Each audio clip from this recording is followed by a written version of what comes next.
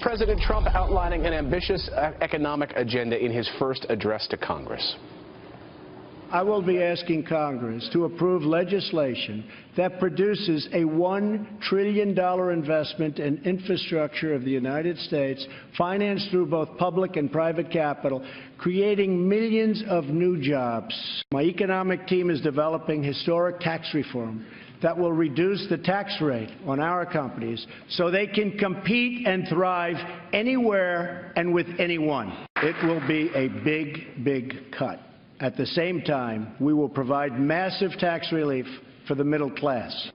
All right, so here to break it all down, Chairman of Business and Finance at King's College in New York, Brian Brenberg. Nice to see you, Brian. Welcome back. Good to be here. All right, so you think last night was all about tone, light on specifics, more about tone? Yeah, he wanted to reset the tone. He wants to create a positive context to start having really significant, detailed conversations about infrastructure, about taxes, about health care. So he needed to reset the tone last night. That's where he poured all of his energy. That's where he spent all of his time, and I think he did that. Over the next 2 weeks now, you'll see him dig into some of these policy measures that he's raising because he has to put together a budget blueprint by March 16th, and that has to have some real hard numbers in it. So real hard numbers. One thing he mentioned last night, he talked about Harley-Davidson, and he invited them to the White House. He was actually going to go to their plant when he found out that Democrats were going to basically protest him arriving at their plant. They come to the White House instead. He talked about what the Harley-Davidson folks said to him, which was amazing to me, that they, in order to sell some of their motorcycles, will have a 100% tax placed on their exports of their motorcycles.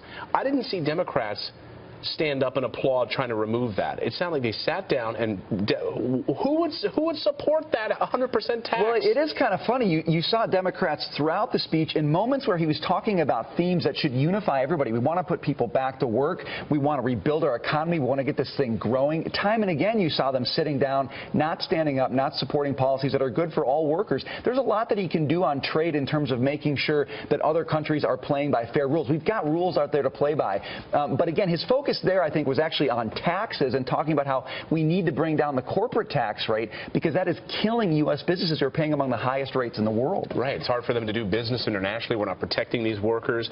Something everyone should be applauding in that chamber, quite honestly. But the other thing he talked about was infrastructure. And he talked about, you know, we haven't had a big infrastructure movement in this country since Dwight Eisenhower with the highway system.